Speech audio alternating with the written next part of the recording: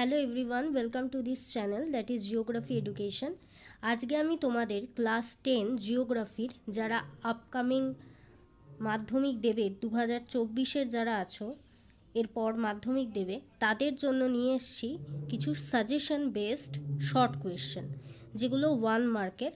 আজকে আমি বন্ধনী থেকে সঠিক উত্তর নির্বাচন করে লেখো এই প্রশ্নগুলো এনেছি। এরকম অনেক রকমের প্রশ্ন থাকবে, শুদ্ধ অশুদ্ধ, শূন্যস্থান পূরণ, কিংবা 1 নম্বরের যে প্রশ্নগুলো থাকে শর্ট কোয়েশ্চেন, 2 মার্কসের, 5 মার্কসের, 3 মার্কসের, সব রকমের কোয়েশ্চেনই আমি পরপর নিয়ে আসবো, যেগুলো সাজেশন বেসড এবং খুবই ইম্পর্টেন্ট যারা আপকামিং মাধ্যমিক দিতে যাচ্ছ তাদের জন্য। তাই ভালো করে ভিডিওটা দেখো এবং ভালো লাগলে অবশ্যই চ্যানেলটাকে সাবস্ক্রাইব করবে। তাহলে চলো শুরু করা যাক। কোয়েশ্চেন নাম্বার 1, কোনটি নদীর বহন কার্যের প্রক্রিয়া নয়? কি বলছে? কোনটি নদীর বহন কার্যের প্রক্রিয়া নয়? নদীর বহন কার্য সবাই জানো। নদীর বহন কার্য কি? নদী নুড়ি, কাঁকড়, বালি প্রভৃতি নিজের সাথে বয়ে নিয়ে এক জায়গা থেকে অন্য জায়গায় নিয়ে যায় নিজের স্রোতের সাথে, একেই বলে নদীর বহন কার্য। তো এখানে যে 4টে অপশান দিয়েছে, এই 4টে অপশানের মধ্যে কোনটি বহন কার্যের প্রক্রিয়া নয় সেটা লিখতে হবে। এর মধ্যে যেটা আনসার হবে সেটা হলো অবঘর্ষ। কোয়েশ্চেন নাম্বার অপশান নাম্বার খ, অবঘর্ষ। 4টে অপশান আছে, ক লম্ফদান, খ অবঘর্ষ, গ টান এবং ঘ ভাসমান। এদের মধ্যে সঠিক আনসার হবে অবঘর্ষ। নেক্সট বলছে কোনটি মরুকরণে সহায়তা করে না? কোনটি মরুকরণে সহায়তা করে না? এর আনসার হবে, কি কি আছে অপশানে? ক অতিরিক্ত চাষবাস, খ পশুচারণ, গ কাঁটা ঝোপঝাড় জাতীয় বৃক্ষরোপণ এবং ঘ বনহরণ। এখানে আনসার হবে কাঁটা ঝোপঝাড় জাতীয় বৃক্ষরোপণ। কাঁটা ঝোপঝাড় জাতীয় বৃক্ষরোপণ। এটা বোঝার আগে আমাদের জানতে হবে যে মরুকরণ কি।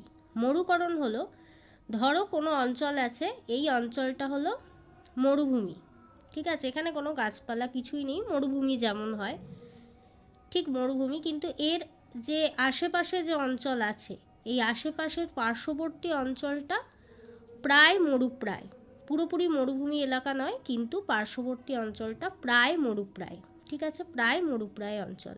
কিন্তু এই মরুভূমির সংস্পর্শে দীর্ঘদিন এই পার্শ্ববর্তী অঞ্চল থাকতে থাকতে এই পার্শ্ববর্তী অঞ্চলও কিন্তু মরুভূমির আকার নিয়ে নিয়েছে। অর্থাৎ এই মরুভূমিটা আকার বৃদ্ধি করে বা আয়তন বৃদ্ধি করে পুরোটাই মরুভূমিতে পরিণত হয়েছে। একে আমরা বলি মরুকরণ। তো এই মরুকরণ বিভিন্ন কারণে হতে পারে। অনেক বেশি হয়তো এখানে চাষবাস করা হয়েছে, অনেক বেশি চাষবাস করার জন্য এখানে কি হয়েছে না, আস্তে আস্তে মরুভূমি তৈরি হয়েছে। পশুচারণ হয়েছে, তার জন্য হয়েছে। প্রচুর বন জঙ্গল কাটা হয়েছে, গাছ কেটে ফেলা হয়েছে, তার জন্য এই মরুভূমি এলাকাটা নিজের আয়তন বাড়িয়ে ফেলেছে।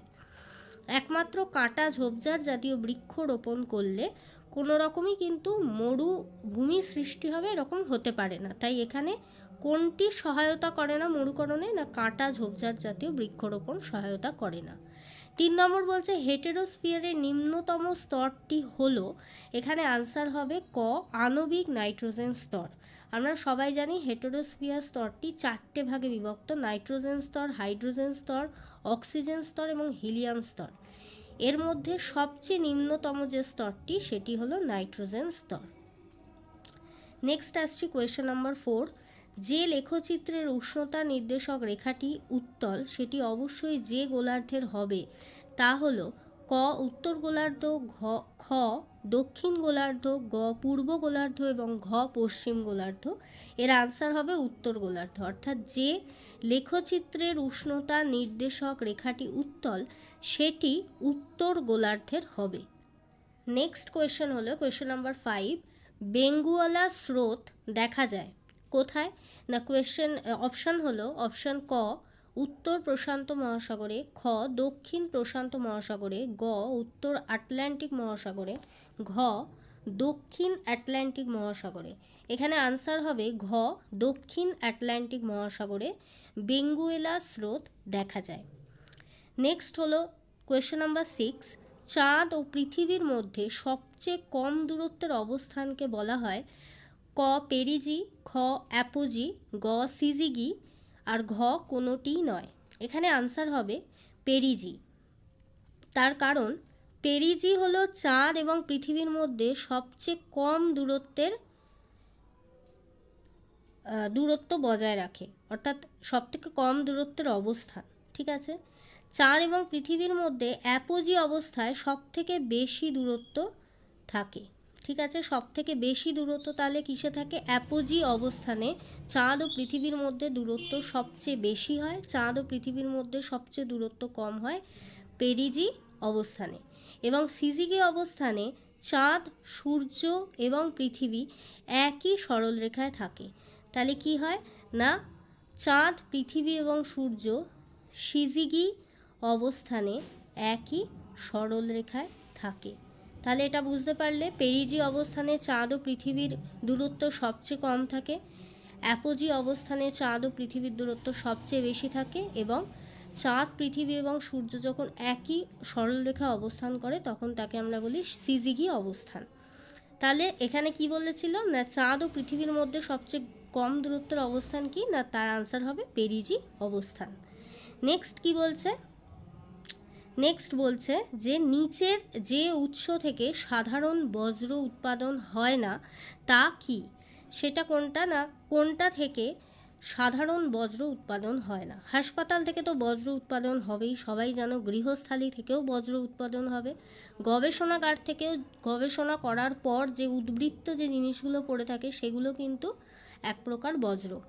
তাহলে কি থেকে বজ্র উৎপাদন হয় না? সৌর বিদ্যুৎ কেন্দ্র থেকে একমাত্র বজ্র উৎপাদন হয় না। তাহলে এখানে আনসার হবে সৌর বিদ্যুৎ কেন্দ্র। নেক্সট বলছে কোয়েশ্চেন নাম্বার 8, কার্ডামম পর্বতের কাছে রয়েছে হালঘাট, ভোরঘাট, রাজঘাট, পালঘাট গ্যাপ। এখানে আনসার হবে পালঘাট গ্যাপ। কার্ডামম পর্বতের কাছে রয়েছে পালঘাট গ্যাপ। তাহলে পালঘাট গ্যাপ কোথায় রয়েছে? কার্ডামম পর্বতের একদম কাছে পালঘাট গ্যাপ রয়েছে, এই 4টে গ্যাপের মধ্যে। কোয়েশ্চেন নাম্বার 9, নিচের যে শহরটিতে সমভাবাপন্ন জলবায়ু বিরাজ করে তা হলো, সমভাবাপন্ন জলবায়ু কি? শীত এবং গরম কোনোটাই বেশি থাকে না, শীত হলেও তা বেশি থাকে না, আরামদায়ক শীত, এবং গরম হলেও তা বেশি থাকে না, মোটামুটিভাবে আরামদায়ক গরম। তো তাকে আমরা বলি সমভাবাপন্ন জলবায়ু, দুটোই সমান সমান মোটামুটি। তো কোন শহর, এই নিচে যে শহরগুলো আছে এর মধ্যে কোন শহরে সমভাবাপন্ন জলবায়ু বিরাজ করে না? এর আনসার হবে মুম্বাই, অপশন গ মুম্বাই। নেক্সট কি? কোয়েশ্চেন নাম্বার 10, ভারতে মৃত্তিকা সংরক্ষণে গৃহীত একটি পদ্ধতি হলো জলসেচ, ঝুম চাষ, ফালি চাষ, পশুচারণ। মৃত্তিকা সংরক্ষণ অর্থাৎ মৃত্তিকা যাতে ক্ষয় কম পায়, মৃত্তিকার ক্ষয় যাতে রোধ হয়, সেটাই হলো মৃত্তিকার সংরক্ষণ। তাহলে মৃত্তিকার সংরক্ষণ করা বা মৃত্তিকার ক্ষয় প্রতিরোধ করা, এই 4টে যে অপশান আছে এর মধ্যে কোনটা দিয়ে সম্ভব? জলসেচে তো মৃত্তিকা ক্ষয় পাবেই। ঝুম চাষ কি না, ঝুম চাষ হলো কোনো জায়গা, পতিত জায়গা, সেই জায়গার সমস্ত গাছপালা, জঙ্গল সমস্ত পুড়িয়ে ধ্বংস করে সেই জমিটিকে পরিষ্কার করে সেখানে চাষ করা হয়, এবং চাষ করার পরে যখন সেখানে আর ফলন সম্ভব হয় না, অর্থাৎ একবার দুবার চাষ করার পরে সেই জমিতে ফলন কমে যায়, তখন সেই জমিটা ছেড়ে দিয়ে আবার কৃষি জমি স্থানান্তরিত করে অন্য জমিতে গাছপালা কেটে পুড়িয়ে জঙ্গল পরিষ্কার করে আবার চাষ করা হয়, একে আমরা ঝুম চাষ বলি। ঠিক আছে, নেক্সট ফালি চাষ। ফালি চাষ কি না, এটা হলো স্ট্রিপ ক্রপিং, অর্থাৎ ফালি কেটে কেটে চাষ করা হয়। এর ফলে কি হয় না, বায়ুর প্রবাহের দিক এবং ভূমিকোণ এবং জলপ্রবাহের দিক, এই 3টে মেনটেন করে এই চাষটা করা হয়, যার জন্য বায়ু, জল এবং ভূমি এই 3টেই ঠিকঠাক থাকে, তাকে আমরা বলি ফালি চাষ। আর পশুচারণ অর্থাৎ পশুচারণের ফলে তো বনভূমি ধ্বংস হয়। তো সুতরাং ফালি চাষ এখানে এমন একটি চাষ যেটি মৃত্তিকার ক্ষয় রোধ করে বা মৃত্তিকাকে সংরক্ষিত করে রাখে। নেক্সট কোয়েশ্চেন নাম্বার 11, আমন ধানের বীজ বপন করা হয় কবে, কোন মাসে? এর আনসার হবে কি না, এখানে অপশান যেগুলো আছে এপ্রিল মে মাসে, অগস্ট সেপ্টেম্বর মাসে, জুন জুলাই মাসে, নভেম্বর ডিসেম্বর মাসে। এখানে আনসার হবে জুন জুলাই মাসে। নেক্সট কি, বোকারো লৌহ ইস্পাত কেন্দ্রে আকরিক লোহা আসে কোথা থেকে? কিরিবুরু থেকে, হসপেট থেকে, নিভেলি থেকে, বাইলাডিলা থেকে। এর আনসার হবে কিরিবুরু থেকে। কিরিবুরু থেকে বোকারো লৌহ ইস্পাত কেন্দ্রে আকরিক লোহা আসে। কোয়েশ্চেন নাম্বার 13, কোন শহরের ন্যূনতম জনঘনত্ব প্রতি বর্গ কিমিতে কত? কোনো শহরে ন্যূনতম জনঘনত্ব প্রতি বর্গ কিমিতে কত করে থাকে? ঠিক আছে, ন্যূনতম কত মানে এইটুকু থাকতেই হবে, সেটা হলো ন্যূনতম অর্থাৎ মিনিমাম। কত থাকতে হবে? অপশানে আছে 400 জন, 800 জন, 4000 জন, 1000 জন। এখানে আনসার হবে 400 জন। 400 জন মিনিমাম থাকতেই হবে কোনো শহরে প্রতি বর্গ কিমিতে জনঘনত্ব। কোয়েশ্চেন নাম্বার 14 এবং এটাই লাস্ট কোয়েশ্চেন, সূর্য সমলয় উপগ্রহগুলির উচ্চতা কত? না এখানে অপশনে আছে 800 কিমি, 2000 কিমি, 20000 কিমি, 36000 কিমি। এখানে আনসার হবে 800 কিমি। কি আনসার হবে? 800 কিমি। সূর্য সমলয় উপগ্রহগুলির উচ্চতা 800 কিমি। তাহলে আশা করি তোমাদের ভিডিওটা ভালো লেগেছে। যদি তোমাদের ভিডিওটা ভালো লেগে থাকে তাহলে অবশ্যই লাইক করো, কমেন্ট করো, শেয়ার করো এবং সাবস্ক্রাইব করো। বন্ধুদের সাথে প্রচুর শেয়ার করো। আর এই পিডিএফটা আমি তোমাদেরকে ডেসক্রিপশন বক্সে শেয়ার করতে পারি, সেক্ষেত্রে তোমরা কমেন্টে জানাও। যদি তোমরা চাও তাহলে আমি এই পিডিএফটা শেয়ার করে দেবো। Thanks for watching.